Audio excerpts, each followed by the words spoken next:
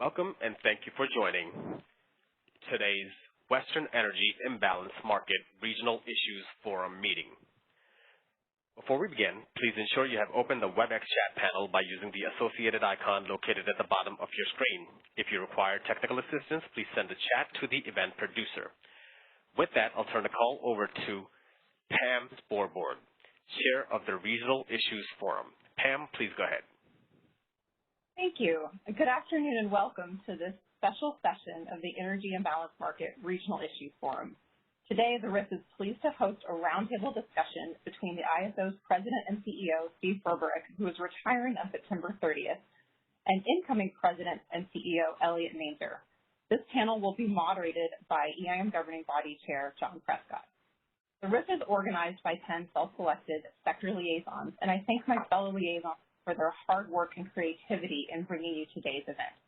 I am Pam Sporbord, the chair of the forum, and I represent the transmission-owning utility sector. In order to establish a quorum, I would ask my fellow liaisons to identify themselves via the chat feature in a chat directly to me. To facilitate public participation in this event, the EIM sector liaisons solicited questions from their respective sectors. A subset of these questions that were received were selected for this conversation, and unfortunately, we do not have time to address either all the questions received thus far or to take any additional questions from the public during today's discussion. With that, we have reached a quorum, and with that, I am pleased to introduce John Prescott, who will be our moderator today. After a storied career in the utility sector in the Northwest, working with both the investor-owned utilities and public power, John became a founding member of the EIM governing body and is now serving as the chair. John, I now turn the conversation over to you. Well, thank you, Pam, and to the Regional Issues Forum. I was indeed honored when you asked me to moderate this discussion with two of the industry's preeminent leaders. You've got Steve Burberick, the current president and CEO of the California ISO, at least for a few more days. I think we'll use that title for him. And then Elliott Mainzer, the incoming president and CEO of the California ISO. Steve has served the California ISO for 14 years, with the last 9 as its president and CEO, and Elliott has been at Bonneville Power Administration for 18 years, with the last 7 as the BPA administrator and CEO. Now, we could take up the full hour discussing their distinguished bios and numerous accomplishments, but since most of you know Steve and Elliott, I think our limited time is better spent listening to their thoughts. So let's go to the questions. As Pam described, John. Yes. Hello? You there? Just go on, John. Okay. So as Pam described, these questions are a compilation of questions submitted through the RIF sector liaisons, and an attempt was made to distill the myriad of submitted questions into several more thematic questions. So with that, let's go to the first question. Now, this first question is for you, Steve, and there's going to be a follow-up for you, Elliott. So, Steve, you have overseen the ISO during a period of transformative growth in many areas, including the growth of renewable resources, the establishment and expansion of the Western Energy Imbalance Market, and certification of the California ISO as a regional reliability coordinator. But in many ways, these transformations are still in flight. The ISO has gone to 33% renewables under your leadership. The California's RPS is scheduled to almost double to 60% over the next 10 years. You've seen the initiation and expansion of the Western Energy Imbalance Market cover 82% of the load in the West. But the expansion of the EIM to the day-ahead market, or even to a full RTO, is a work in progress. So here's the question. What are some lessons learned from your time leading these transformative initiatives that would provide insight into the ISO's ability to achieve the next phase of transformation? Thank you, John.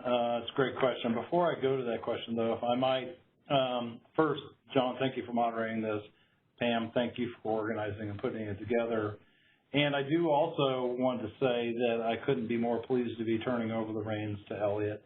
I've known him for a number of years. He is a authentic and thoughtful person, and I know he'll be a great leader, and I know he'll take good care of the people here. So, Elliot, I can't tell you how much I appreciate you being willing to jump into this ship.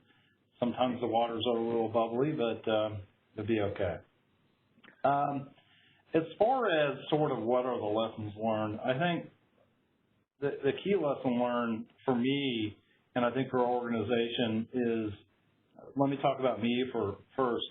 I think it was important to build relationships in the West, and to be willing to go out and talk to people firsthand and to listen to them and to understand the pressures that they were under, either from their regulatory environment, from their state policy perspective, and all of those kinds of things. So I think lesson one is it's critical that we stay engaged and that we listen. From a cultural, organizational perspective, I think another lesson learned is humility. Whether we display it all the time or not is probably a question for another roundtable, but we need to be listening and be humble and to be working with people. And I think that's probably the most important learning that we had from there. And I think, you know, again, going back to Elliot, these are things he does really well. And I would encourage him to continue to do that, and I'm sure he will. But we have to listen. The day-ahead market, look, EIM all by itself has already produced $1 billion of value.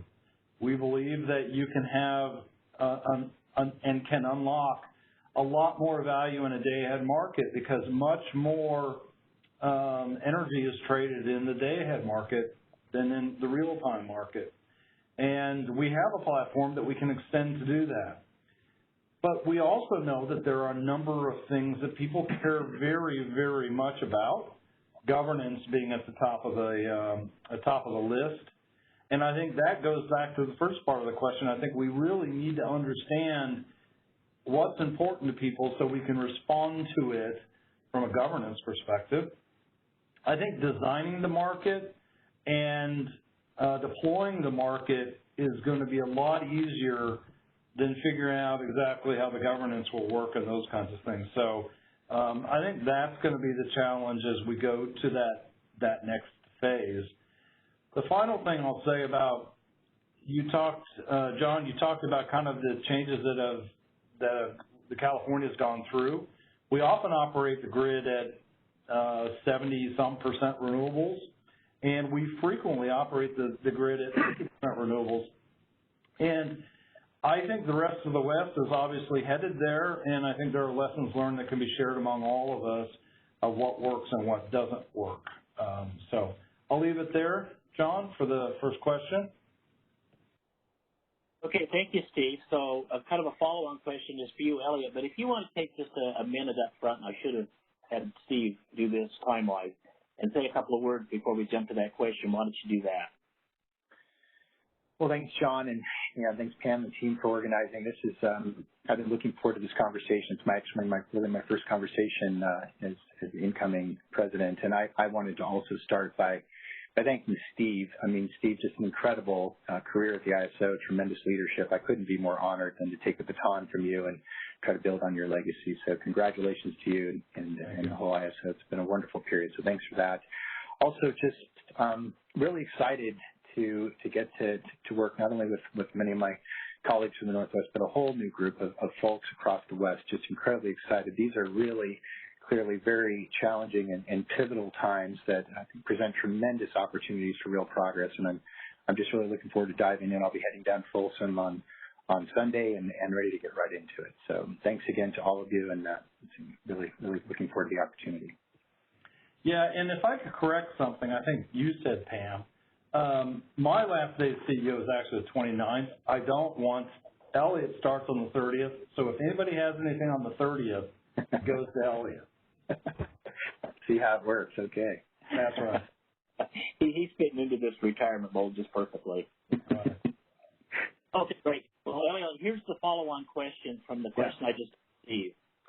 You have led BPA during a similar period of growth in renewable resources and led the agency through its evaluation of EIM participation. Are there lessons from this experience that you will apply to California and the ISO? Yeah, thanks. I give some thoughts to this question. We were, if you think about going back to the mid-2000s, 2006, 2007, one of the very earliest big growth patterns in renewables, particularly wind, was up in the Pacific Northwest in the Bonneville transmission system. And we got exposed very early to a lot of the key issues, energy, capacity, flexibility, state awareness tools, visibility, oversupply issues, interconnection and queuing, transmission planning, and really looking for new ways to bring innovation and creativity into the control room. And so got a lot of exposure to many of the issues now that are much more mature, more complicated in some ways, but I think some of the essential issues that we're grappling from both an operational and policy perspective. And certainly working up in the Northwest with a very, very diverse group of stakeholders and constituents and lots of different interests, I think we certainly learned very early that probably about the primacy of being able to meet our essential clean energy objectives in a safe and reliable and cost-effective manner. So sort of grown up with that ethic, and I feel it is certainly directly transferable to what's happening both within the state and across the region. And of course, we've also, grappled with some of the critical issues about bringing multiple stakeholders and constituencies together around market transformation, market expansion. My experience working with our public power customers, particularly in getting Bonneville to embrace the energy imbalance market, was I think very similar to some of the issues that we'll be grappling with here in the months and years ahead. And I think foundational, Steve mentioned this, you just really sit down and take the time to listen to folks, have that open, honest, and rigorous dialogue. It's absolutely essential. People need to feel as though their perspectives are heard and understood. I think folks know you're not going to agree with everything that everybody says, but at the end of the day, people need to feel that sense of participation and stakeholder engagement. That's absolutely essential.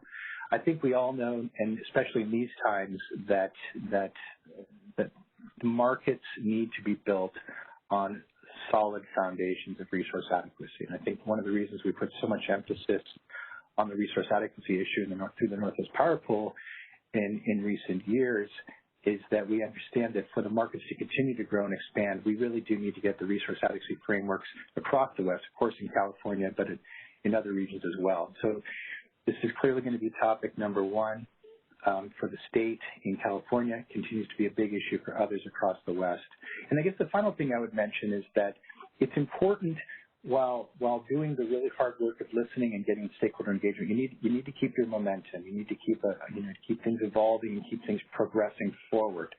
So sometimes you don't always get unanimous agreement or consent on every single issue, and once in a while it's important to find that coalition of the willing that's really interested in continued progress, and then build a market design and a solid business case that meets their shared needs so you can keep some progress. So those are a few of the thoughts that came to mind on that question.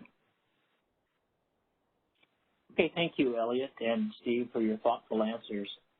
So let's move on to the next question, which is for Elliot, and then there's going to be follow-up by both Steve and Elliot. This question is kind of three parts. I love these three-part questions, so I know in my head I can't keep any more than three things straight, so we'll see how this goes. All right, Elliot. As we see record heat waves and devastating wildfires in the West, how will California's clean energy goals be balanced with the ISO mandate to ensure reliability? That's the first part. And what specific actions need to be taken in that venue in the 3 to 5 year time horizon?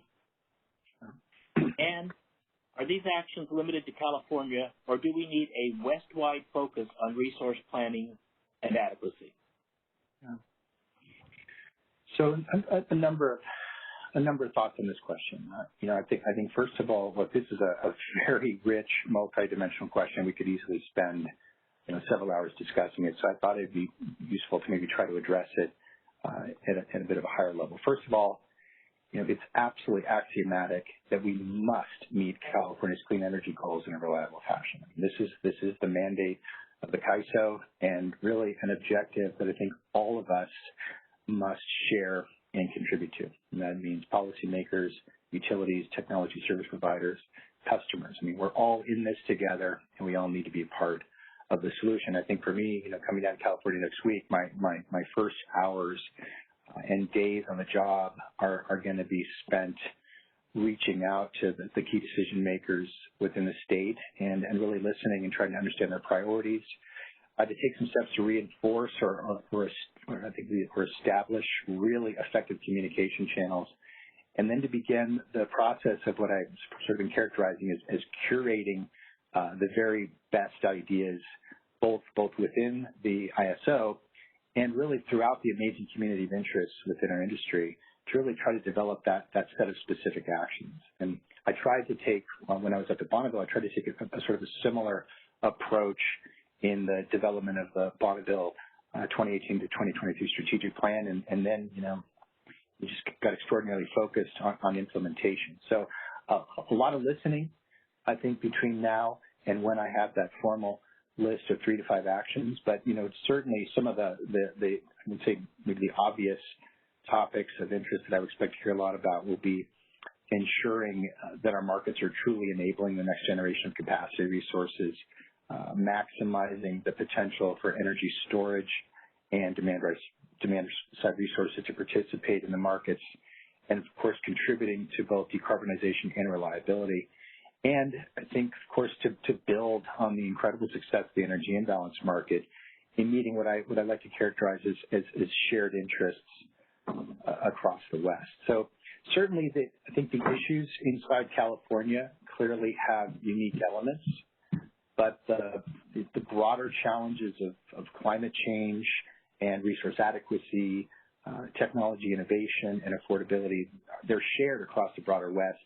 And I do think they lend themselves to more integrated market solutions where that geographic and resource diversity of the region can be leveraged in the service of reliable and cost-effective decarbonization. So lots to think about, but I think sort of a guiding pillar of my philosophy will be a lot of outreach and a lot of listening and just really, like I said, trying to harness the incredible intellectual capital of folks in our industry and get those best solutions identified and then brought right into the heart of operations. Okay, thank you, Elliot. So follow on for you, Steve. In regards to the power system events of this summer, what changes do you think are needed to ensure the balancing authority area operator has the resources needed to keep the lights on? Well, it made a few statements about this already, John. Perhaps you weren't, no, I know. They've been widely published, but I'll talk about them in a little more depth. First, Elliot and I think pretty much along the same lines on a number of things, and part of that is there doesn't have to be a trade-off between reliability and decarbonization. They're not mutually exclusive, and there are ways to handle resource adequacy without, sacrificing the broader goals. But it is clear, and through the events of this summer, I mean, it's a big deal to have reliability issues, and there are a number of people then use that as a reason you shouldn't be decarbonizing or using renewables. And I've said publicly on multiple occasions, the renewables, they did not cause the problems on the 14th and 15th. What caused the problem on the 14th and 15th was a lack of putting all the pieces together. And from a resource adequacy perspective, you have to cover all of the hours. And the way renewables work, you have to rethink these old ways of doing things. And I think that's what didn't happen. I mean, it's clear to everyone the sun doesn't work in the evening. And the wind doesn't always blow, particularly when it's hot, when there's high pressure systems sitting over California and the West. So now you're left with what? Right now you have to use the gas fleet and imported power. And the gas fleet has been retiring here in California. And I've known for some time, and I've told people this for some time, that there were going to be limits on imports when you had these heavy load periods throughout the region. And that's exactly what transpired in the big picture. So from a resource adequacy perspective, the net peak, or as people would say, the top of the neck of the duck, or the head of the duck, that has to be provided for, just like the 4 o'clock, 4:30 peak has to be provided for. And this is not news. We've been talking about this for a long time. We've said this publicly. We've had these in filings. The resource adequacy program in California is not now matched up with the realities of working through a renewable-based system.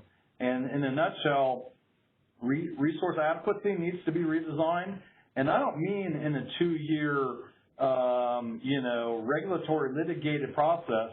It better happen pretty damn fast, or we're going to have these same issues next summer. And I don't want Elliott to have to deal with the same crap I've had to deal with over the last 30 days. So if there's any legacy I can make, that has to happen, and it has to happen soon. Storage is going to play an important role, but you also have to think through how that storage is going to be charged, how it's going to be discharged, and how the economics will work. So we need to take a step back, but we got to do it very quickly and see what needs to. The net peak is what got us on the 14th and 15th, and it's exactly what we were concerned about. So I'll leave my comments there on that matter. Well, Steve, thanks for your candor. I really appreciate that. We have a lot at stake in the grid, and we need to operate reliably and still meet the goals and aspirations of the different states and what the public wants. But sometimes things get crosswise. So again, I appreciate your candor and giving us your perspective on kind of the current state of events. So kind of as a follow-up to that, Elliott, inquiries and analysis are underway regarding the summer events that Steve was just talking about. State, industry, and now FERC inquiries have apparently commenced. Since most of these types of events have a multitude of contributing factors, how do we best ensure that the conversations will be open, transparent, and candid so we can make necessary improvements and ensure buy-in on a path forward? Yeah, thanks, John. And I may ask Steve to follow up on a couple elements of this question. He's obviously closer to the very, very latest, but certainly I think we've already heard some of the language. I unequivocally agree that we really need a candid and clear-eyed assessment of what happened in August, so that we can really understand the causal factors and then work with policymakers and industry and other constituents to ensure that we craft solutions that will actually address the underlying issues. I mean, I get back to that point.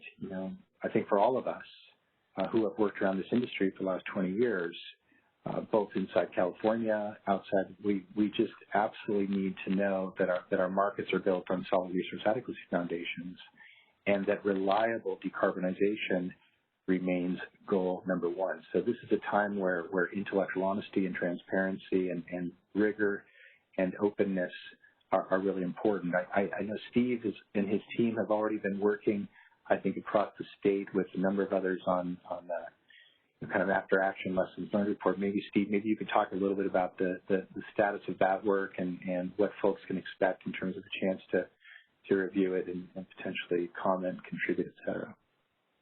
Yeah, thanks, Elliott. We are working with the Public Utility Commission and the Energy Commission to put together an initial root cause analysis for what transpired, looking at the market, looking at imports and exports, resource adequacy, and across the entire spectrum.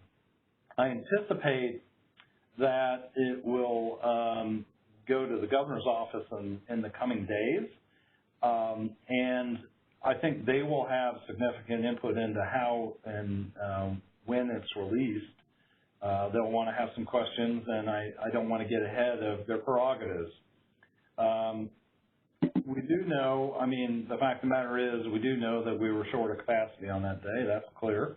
There were exports that were going on, but they, what kind of exports they were they resource adequacy exports or were they other kind of exports? We need to look at that. And also, if you did cut exports, do they then have a counter effect, then you can't import? And so we have to kind of look at all those things, but and what policies or market changes are needed in these kind of cases. And but I also think that broadly we have to rethink resource adequacy. We lost a unit on the 14th, and you probably read in the press that PG&E ramped down a unit on the 15th. But between the two of them, they're both called 500 megawatts. You should not be so close to the margin that a 500 megawatt unit throws you over the edge.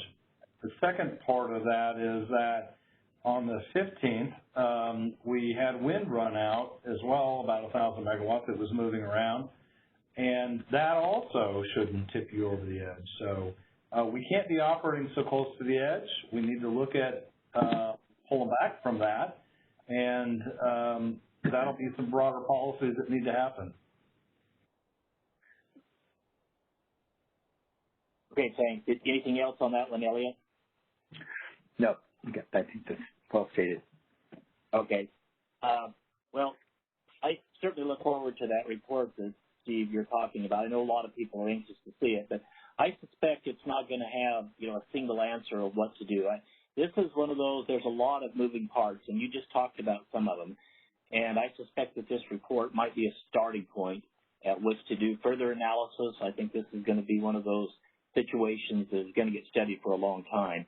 Yeah, and John, I might also add that we know that people weren't scheduling all of their load in the day ahead for those days too, and why was that, and who was that? That has to be looked at too, and is there, do you have penalties around that? Does the PUC do that? Do we do that? I agree with you. There's going to be lots of moving parts on this thing. And ultimately, that's going to manifest itself probably in more rules and regulations and tariff changes, which, are painful, but they're probably going to be necessary to keep the lights on going forward. So this was one of those things that our industry does from time to time as we get a major event, and we all look at each other like, well, I think we saw that coming, but we really, for a lot of reasons, were unprepared. But I'll be interested in the report to see what that says, and then what paths we lead from there. So thank you for those comments. Okay, moving on. The next question is for Steve with a follow-up question for Elliot. So Steve, if you could go back in time and redo the EIM startup, would you change anything? And why or why not? Yeah, I had to think about this one a little bit, and I thought about something smart as an initial answer, something like we needed to get really good people on the EIM governing body, and I'm just teasing. And for all those you don't know, that John is the current chair of the governing body, and they are fine people and good people. I don't know that I would change a lot about the startup. As everybody remembers, we started in 2014 with PacifiCorp, and they were pretty much on their toes to get things right and getting them running. I think the success speaks for itself. We have, as John said earlier, about 82% of the load. So I don't know that I would change that much. I think the day-ahead market and bringing that up is going to be a lot harder, largely because of the governance issues. I think the governance around the EIM is pretty well balanced. It seems to work pretty well. I think there's some lessons learned from that as we go. I'm going to leave it at that. I know that's a bit of a cop-out about what I would do differently. I'm not sure going back in time that I would change much. It seems to have gone pretty well. Okay, thank you. Before I follow up, Elliot, one thing that I've really noticed in this process, having lived through this industry since the I guess it was the early 1980s, is the trust factor. And if nothing else, the EIM has done a lot to build that trust between all of the entities in the West. So I think that's one big success that I'm not sure anybody anticipated. John, if I might say, I agree with that. And that once it got launched, I think, people wanted to see how it would go. And we put as much resources into it as we could to make sure it went well. That had to happen for people to trust the market, as you refer to. Well, as part of the founding governing body, I went into this maybe with a little prejudice how I expected it would work and some of the obstacles, and I have seen really nothing but cooperation on the part of the entities, the ISO, the Board of Governors. So it's been a real test in can we work together, especially when there's something that's mutually beneficial for everybody. And you've got $1 billion, and that $1 billion is scattered around the West. And that eventually is going to trickle down to the end user, the consumer. So it's pretty delightful, I've got to say, to be part of that. If I might add one other thing too, John, I know there's a follow-on with Elliott, but the relationships that have been built because of EIM, I think those are the most important things that have come out of it. To be able to work with people in the Southwest and in the Northwest and around the region, and for me to be able to hear them and meet them, I think that was probably the most important thing that we got out of the market. Yeah, couldn't agree more. And that is an excellent segue to Elliott's follow-up question. So relationships are everything in the West. Do you see your new role at the ISO as continuing to add value for BPA and its relationships with the California ISO, especially as BPA has made the decision to participate in the EIM? Yeah. So, I think the dialogue between you and Steve just the last couple of minutes was just so important. And I mean, the amount of trust really is that currency that holds people together, that gives them the willingness to lean in and bolt themselves together through new market structures and coordination agreements. And that has just really been transformational. I certainly hope to continue to really, blow on that fire and keep that trust and spirit of collaboration as alive as possible. So that's essential. With respect to BPA, I think certainly, I'm sure it will be generally, hopefully helpful to have an alumni, in California and working across the West. And certainly, I'll have some restrictions in my first year on my day-to-day engagements with BPA as part of my post-federal employment, but certainly I'll have the agency at heart. But I think it's really, in many ways, it's a different job. It's a as I've left Bonneville, it's a much broader and more diverse set of stakeholders, even given the diversity within Bonneville's footprint. So I'm now, really looking forward not only to channel for my traditional constituency, but really, thinking about how do you develop that Venn diagram of shared interests and that business case as we move into the next big phase, so that we can keep as much forward momentum and progress as possible. Certainly, understanding public power and understanding the Northwest is going to hopefully be a big asset to me. But a big part of the job, and I think one of the following questions touches on this a little bit more. Now, coming back down to California, having grown up in California, and understanding the state and being, proud of a lot of its accomplishments, it's now merging these different perspectives together into a bigger picture. So I'm excited about the expansion of that field of view. Okay, Elliott, I do have to say I being still in the Northwest and connected in the industry, and of course when the announcement came out that Elliott Manger was going to be taking over for the ISO CEO, people were at first maybe disappointed because you've done such a fantastic job, and Bonneville's got some huge challenges that it's facing, and you were doing a great job leading the agency through that with input from public power and other constituents. So that was kind of the first thought. But then once the acting administrator, John Harrison, was appointed, that I think people relaxed a little bit. I think that was a good move. And then as we kind of explored with that last question, I think having you as part of the California ISO, maybe bringing in a broad perspective of the West is going to benefit all of us. So that's what I'm I'm hearing out there, just to let you know. Thanks, John. Thank you. And you were such a great partner over the years, so it's great to be back in working with you in this context, so thanks. Good. Okay. The next question is for Steve. Okay. Steve, what is the role of energy markets in ensuring that the correct resources are being built to guarantee communities a reliable power supply? Well, look, the energy markets were never designed to provide the full revenue stream for a generator, as an example, no matter whether it's a renewable generator or a traditional generator. So there necessarily has to have some form of a capacity payment associated with that. In California's case, it's the Resource Adequacy Program and how that works. In the Eastern ISOs, it's capacity markets, but some sort of capacity mechanism has to marry with the energy markets.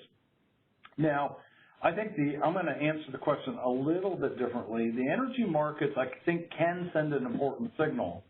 Particularly, let's use storage as an example, to be able to bring them into the market and let them arbitrage around the dock, if you will. We also provide opportunities that don't exist outside of in resource adequacy and outside of that. An example of that is we allow aggregations of distributed resources to come into our market, and they're not getting, a lot of them aren't getting capacity payments. They're commercial entities that have solar or solar and DR and batteries and things like that. So you do provide a market mechanism for them, and I think that's really important.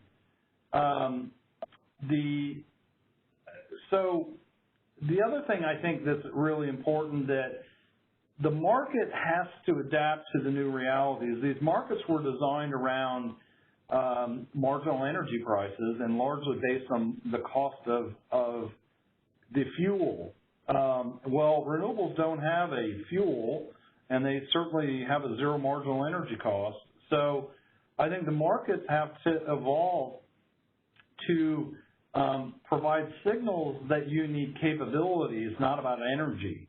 And whether it's ramping or regulation or whatever it may be, the markets have to evolve toward that. And we're in the process of doing that, but that whole process is not over by any stretch of the imagination. Energy markets have to evolve, and I think they provide certainly good platform for some technologies, but for big developments, the energy markets are not designed to give them all the revenue that they need to make their developments economic. Okay, thanks, Steve. I know that I told you, Elliot, you didn't have a follow-on, but I just thought of one, so I'm going to hit the goal one. Yeah. And you might have other things to add anyway. But I remember, I think it was at a Northwest Power Pool meeting when they were kicking off this resource adequacy effort, that Sarah Edmonds, I believe, talked about the three-legged stool that you need in the region. And that was, I believe it was transmission planning. There's got to be a cohesive effort that we all do together. You have to have resource adequacy, which is what they're really working on now. But you also have to have transparent and well-functioning, efficient markets, which is kind of the genesis of this question here. But those markets that we have seen are energy markets. But I'm wondering if the three-legged stool kind of ties that together with some of the things that Steve mentioned about capacity versus energy. Any thoughts on that? Yeah, I mean, I certainly, and it's been interesting if you think about what we've done up in the Northwest in the last, 4 to 5 years. I think there, as particularly as you've had more and more entities exploring the energy imbalance market and exploring further integration with California and the broader West, we've recognized that getting that core infrastructure sufficiency taken care of is essential. I mean, one of the reasons, we brought Columbia Grid and NTTG back together again and seeded them, administered by the Northwest Power Pool, and of course with a little bit of a renaissance of the power pool itself, getting resource adequacy, getting a much more sophisticated resource adequacy program in place was just foundational. to making sure that you've got, the transmission infrastructure, the capacity in the ground. And Steve's exactly right. And I give him a lot of credit. I think some of you know one of the ways we really got to know each other a few years ago is we took that trip to Scandinavia. I know we spent a day in Germany first, looking at the European markets, and headed up to Norway. And we looked at the way that the Scandinavian hydro worked, sort of the big battery and optimizer for the continental energy markets. And it was, really that sense of recognizing that you need capability in the system, you need flexibility and capacity. And then, of course, in the Northwest, with its predominance of hydroelectricity, there's been a long time sentiment that, hey, we're providing, we're paying a lot of for the negative environmental externalities of the system, and that's something that the region continues to grapple with. But that carbon-free flexible capacity is extraordinarily valuable. And I think other resources that have similar attributes to that and can provide the dispatchability that the system clearly need to be compensated, and the market needs to evolve. So you have the energy market, and again, centralized capacity markets can be problematic and don't necessarily need to look at it through that lens, but getting all those pieces together and then co-optimizing them to the maximum extent possible so that the market design can be simple and efficient to the maximum extent possible, I think is really essential. So I've appreciated Steve's leadership on that. I think it was an element that was another big trust builder for the Northwest, that there's that recognition of that capability that's essential to reliability and also potentially a source of revenue for generators who have been struggling in another, very backwardated market. So I think he framed that really well. Okay, thanks for that. And I had the opportunity to do that at German-American Exchange in Berlin probably the year after you guys did, and it was fascinating. My takeaway was, as you talked about, Germany's got a lot of aspirational goals, and they're headed towards them. But a lot of that capability is afforded by the Norwegian hydro. So it's kind of back. I hope this hydro we have in the region can play a good key role in our future for clean renewable energy. And I'll leave it at that. So next question is for Elliot with a follow-up for Steve.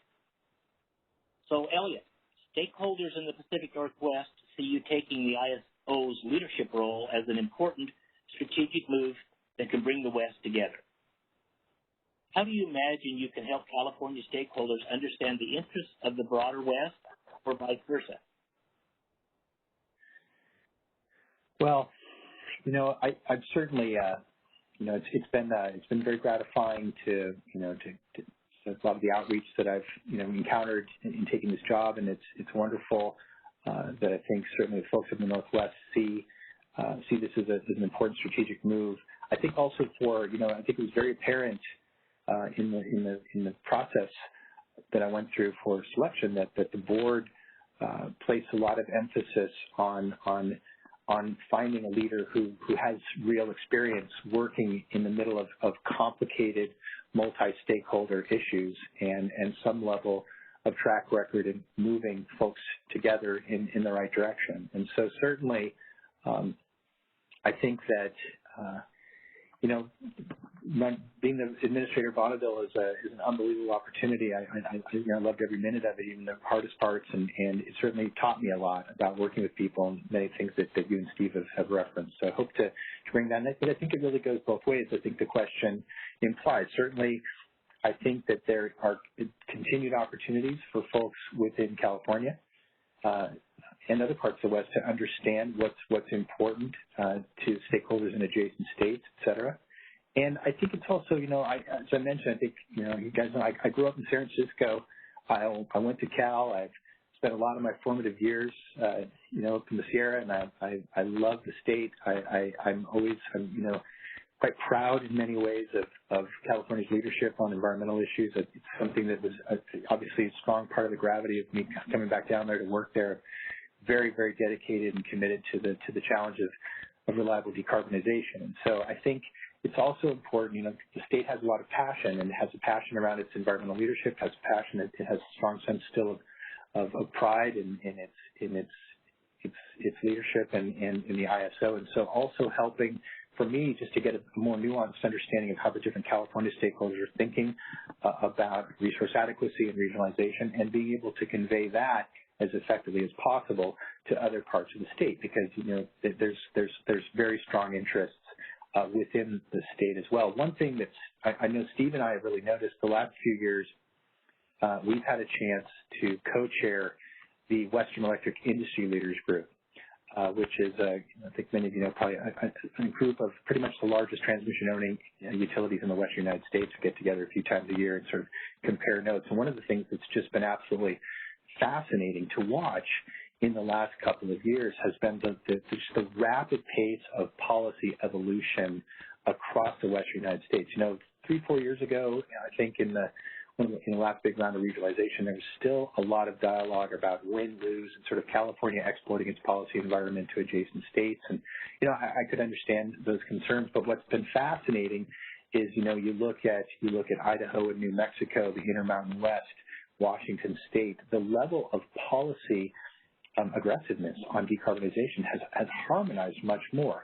There are still friction in the system. There are a set of issues that actually the Western Electric Industry Leaders Group, working with the state, the governor's offices, we're looking for some opportunities to harmonize some of that policy friction. But I think that actually the search for shared interest amongst the entities in the West, in some ways, has moved in a very positive direction. It's a clearer case for why we're all sort of facing a lot of the same big policy and operational challenges. It's still a big lift for us, and it's going to require a lot of work and a lot of listening to continue to craft the market design that addresses the different issues to make sure that the business case really works for folks within the state and in the adjacent states. But it's been pretty fascinating to see that the level of alignment in fundamental policy direction has significantly increased in the last few years. I find that quite interesting, quite exciting, and certainly something that we're going to try to leverage in the months ahead as we try to continue to build on the success of EIM and give EDAM a really, really good chance of succeeding. So I'll stop there.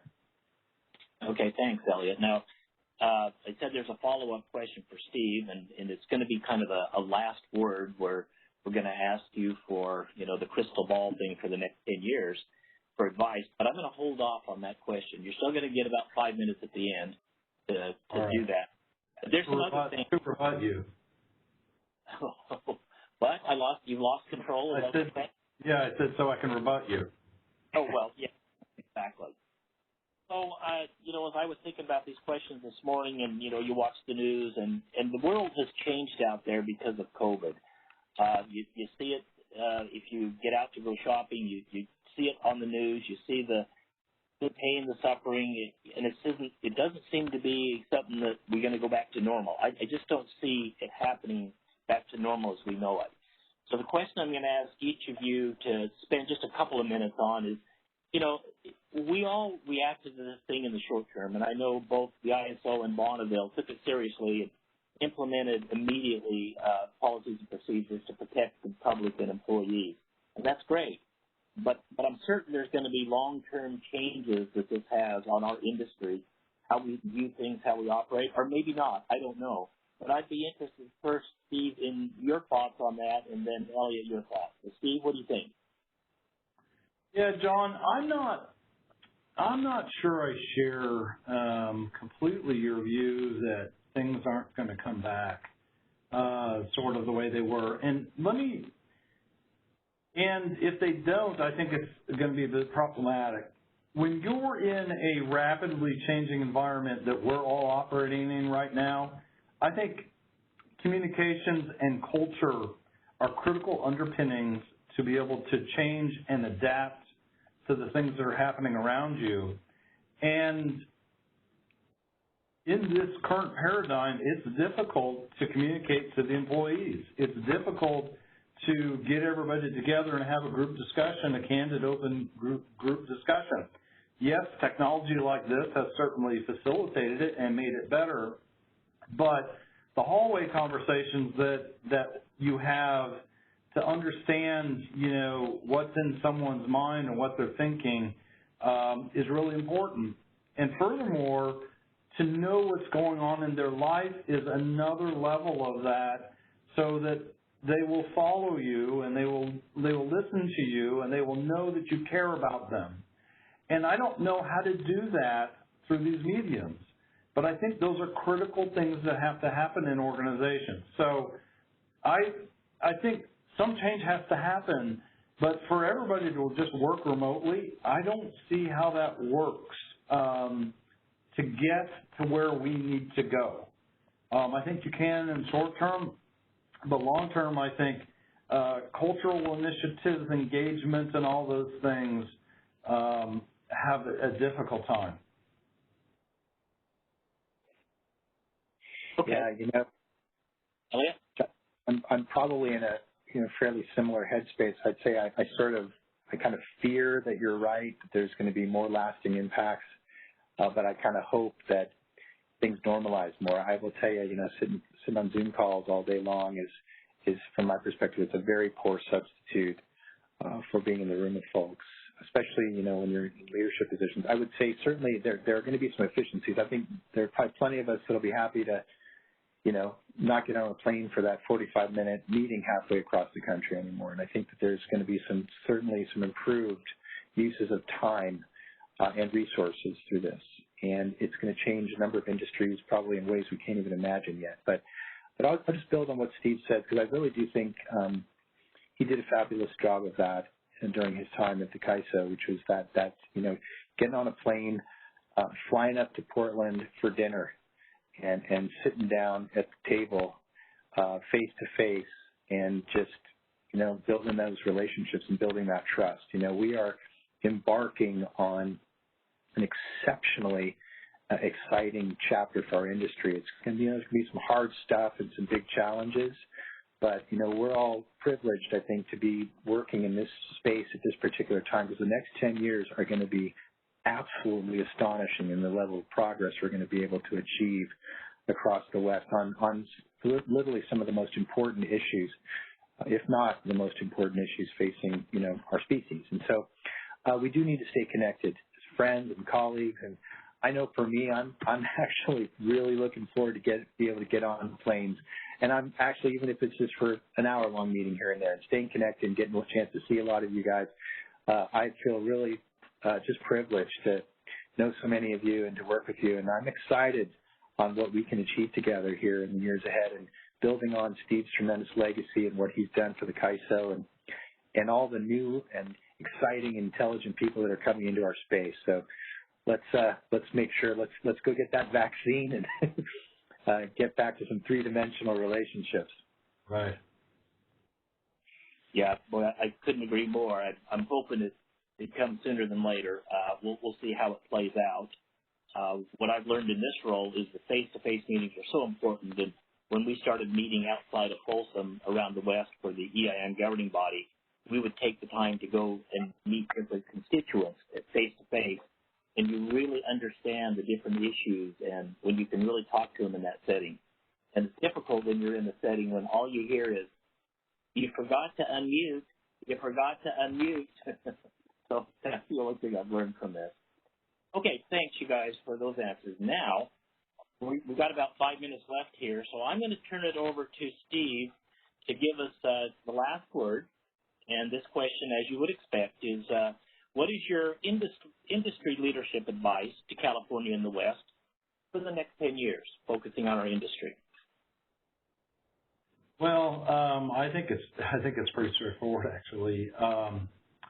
I think when I first got into this role, and even at the ISO, it was abundantly clear to me that there was a balkanization around the West that wasn't, in my mind, good for anybody.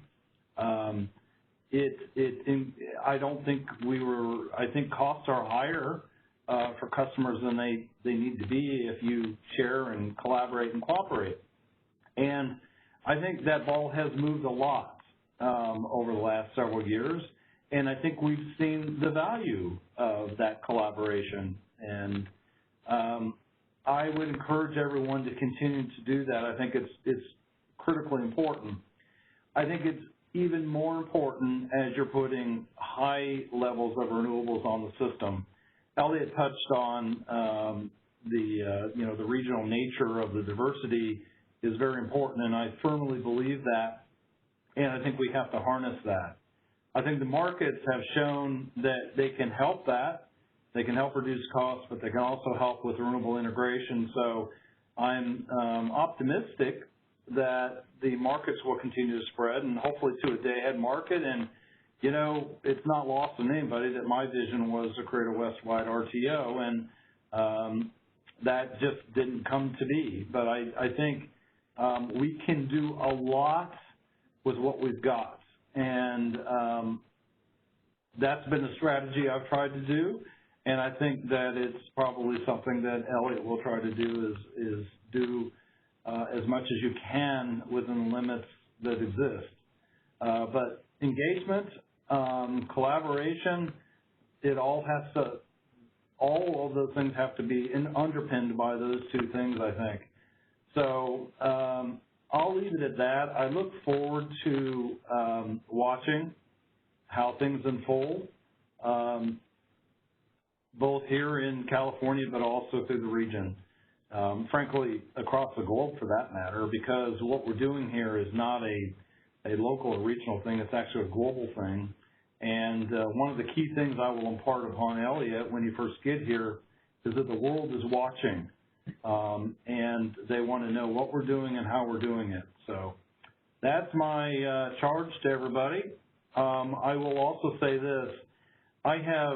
I was looking at the list of attendees a little bit early in the call just to see who was on the call.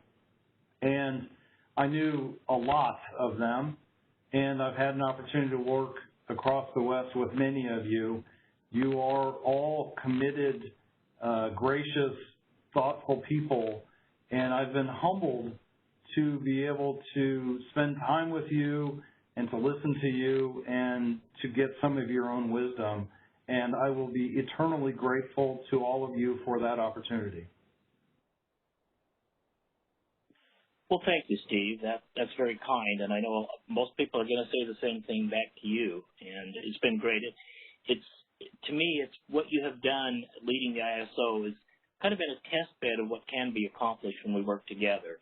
So that, to me, is a fantastic legacy that you have left there. So, and I know that Elliott is a leader that's going to step in there and do equally as well in that environment. So better. He will do better. He will do better. We'll make that a challenge for him, but I know he's going to do as well because I know him. He's excellent. Well, let's see. I think it's probably about time we wrapped it up.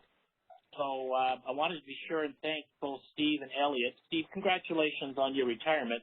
And I'm going to put that in quotes because I just have a feeling that we're going to see your smiling face somewhere in the industry. I hope. You have a lot to offer. So, and Elliott, congratulations on being selected to lead the California ISO. I mean, this is a real key, critical leadership position for California and the West. And I just couldn't imagine anybody better than you to step into that. So with that, I will say good luck, be safe, be kind to each other, and Pam, back to you.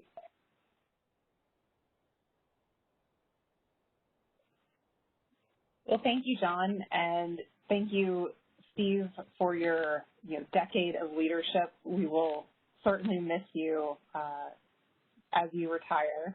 And Elliott, once we're back in a three-dimensional space, hopefully you'll come present to us again. I look forward to welcoming you to another Regional Issues Forum meeting, and we're grateful that you were selected for this position. And we, I think the relationships have been a key part of this conversation, and that's something that I've really appreciated about the leadership that's been at the ISO and been in the West. And I look forward to the continued dialogue and a new decade in ISO growth and leadership. Thank you, Pam. Very much. Thank you all. Take care. That concludes our conference. Thank you for using AT&T Event Services. You may now disconnect.